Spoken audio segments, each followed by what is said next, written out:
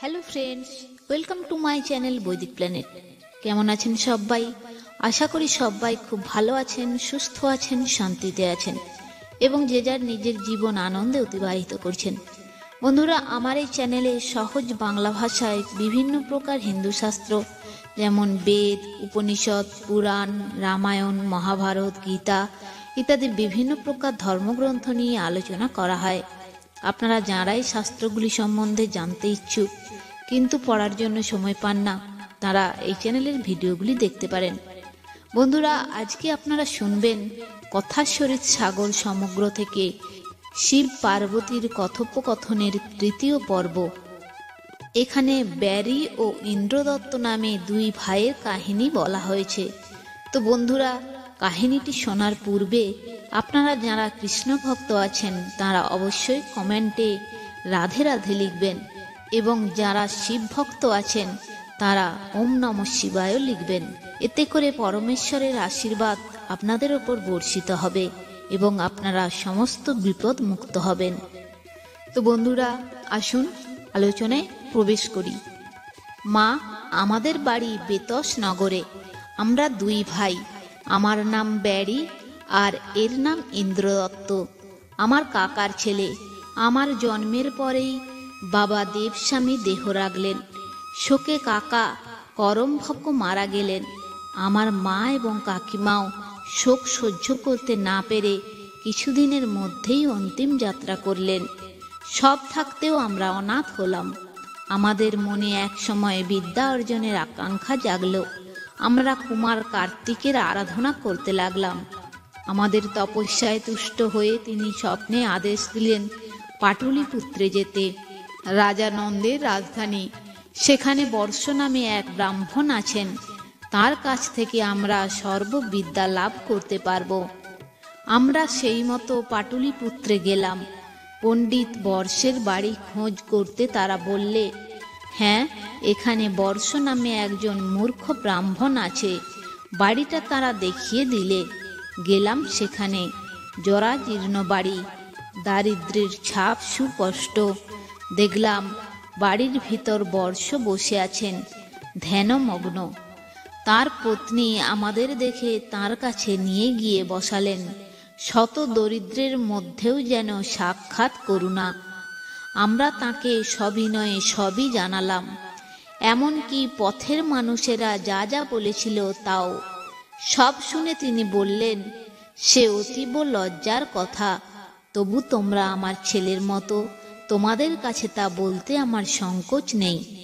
এই বলে তিনি এই কাহিনীটি শোনালেন। এই নগরে বাস করতেন ব্রাহ্মণ শ্রেষ্ঠ শঙ্কর স্বামী। তার দুই ছেলে, বড় আমার স্বামী ইনি, আর ছোটর নাম উপবর্ষ। আমার স্বামী ছিলেন মূর্খ গরিব। অপরদিকে অনুজ উপবর্ষ ছিলেন পণ্ডিত এবং সঙ্গতি সম্পন্ন। তাই আমার স্বামীর সংসারের ভার তার পত্নীর উপর দিয়েছিলেন। এইভাবেই চলছিল আমাদের দিন। একবার বর্ষা এলো। বর্ষাকালে এখানে একটা নিন্দনীয় প্রথা চালু আছে। স্ত্রীলোকেরা ময়দার সঙ্গে গুড় মিশিয়ে এক রকমের পিঠা তৈরি করে, যা দেখলেই ঘৃণা আসবে, অনেকটা গুজ্জাকৃতি। তাদের বিশ্বাস, এই পিঠা এই সময় কোনো মূর্খ ব্রাহ্মণকে খাওয়ালে শীতে স্নানে কষ্ট হবে না, প্রখর গ্রীষ্মের তাপ গায়ে লাগবে না। আমার দেবর পত্নী সেই পিঠে তৈরি করে আমার স্বামীকে দিলে। তিনিও মহানন্দে তা ঘরে আনতেই আমি তাকে প্রচুর ভৎসনা করলাম। তাতে অনুতপ্ত হলেন আমার স্বামী। মূর্খতার জন্য দুঃখ হলো। পরে তিনি কার্তিকের শরণাপন্ন হলেন। তার তপস্যায় তুষ্ট কার্তিকেও তাকে সর্ববিদ্যা প্রকাশ করে আদেশ দিলেন, একমাত্র শ্রুতিধর কোনো ব্রাহ্মণের কাছেই তুমি এই বিদ্যা প্রকাশ করবে। বাড়ি ফিরে সেই থেকে তিনি এইভাবে ধ্যানমগ্ন হয়ে আছেন। তাই তোমরা যদি শ্রুতিধর কোনো শিষ্যকে খুঁজে আনতে পারো তাহলে তোমাদের মনোবাসনা অবশ্যই পূর্ণ হবে। তার মুখ থেকে এই ইতি কথা শুনে আমরা তাকে 100 স্বর্ণমুদ্রা দিয়ে বেরিয়ে পড়লাম।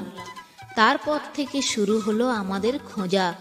কত গ্রাম নগর যে ঘুরলাম তার ইয়ত্তা নেই। শেষে এখানে এসে এই শ্রুতিধরের সাক্ষাৎ পেয়ে শ্রম সার্থক হলো। একে অনুগ্রহ করে আমাদের সঙ্গে যেতে দিন। শুনে মা বললেন, তোমরা ঠিকই বলেছ। ওর জন্ম মুহূর্তে আকাশবাণী হয়েছিল। এই বাণী ওর নামকরণ করেছিল বড় রুচি। কেননা যা ভালো তার প্রতি ওর চিরকাল রুচি থাকবে। আর বলেছিল, উপাধ্যায় বর্ষের কাছে শিক্ষা লাভ করে ও ব্যাকরণ শাস্ত্রকে জগতে সুপ্রতিষ্ঠিত করবে। আমি অবলা নারী, জানি না কোথায় সেই উপাধ্যায় বর্ষ। আমি খুবই চিন্তিত ছিলাম বাবা। আজ তোমরা এসে আমার সেই চিন্তা দূর করলে। আমি তোমাদের হাতে একে দিলাম, নিয়ে যাও। জানবে এ তোমাদেরই এক ভাই। ব্যারি এবং ইন্দ্রদত্ত শুনে খুব প্রফুল্ল হলেন।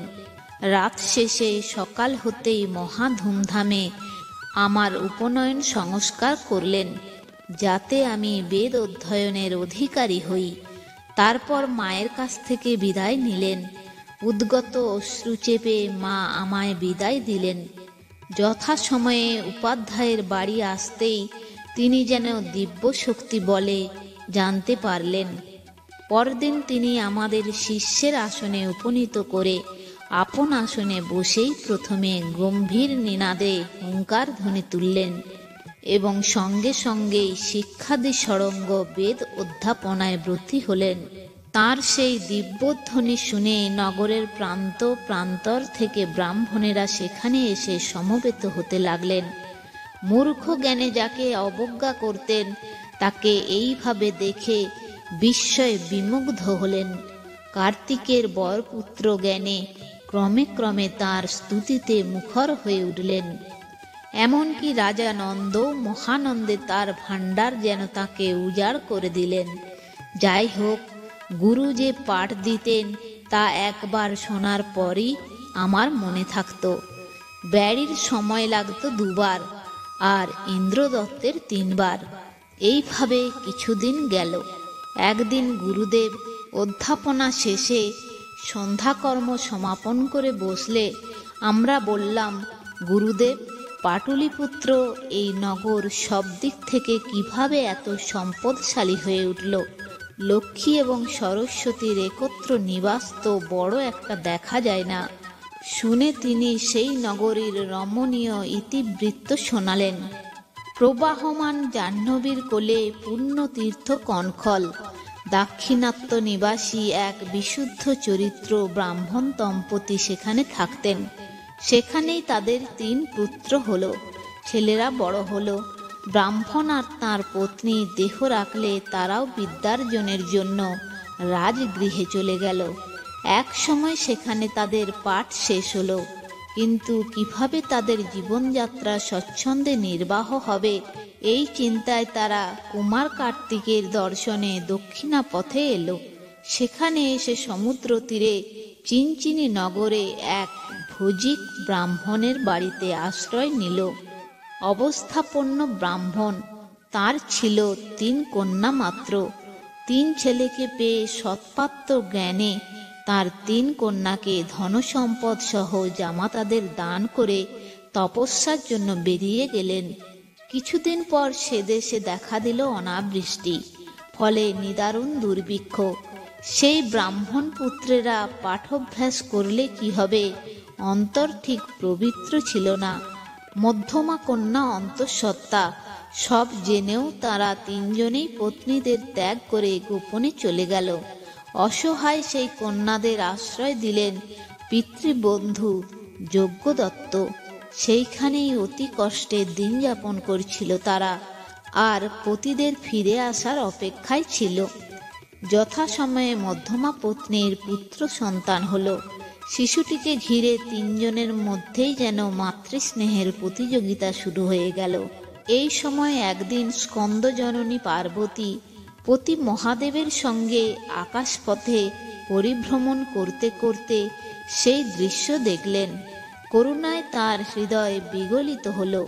পতিকে দেখাতে মহাদেব বললেন, পূর্বজন্মে সস্ত্রীক ও আমার আরাধনা করেছিল, সেই পুণ্যফল ভোগ করার জন্যই এই জন্মগ্রহণ করেছে।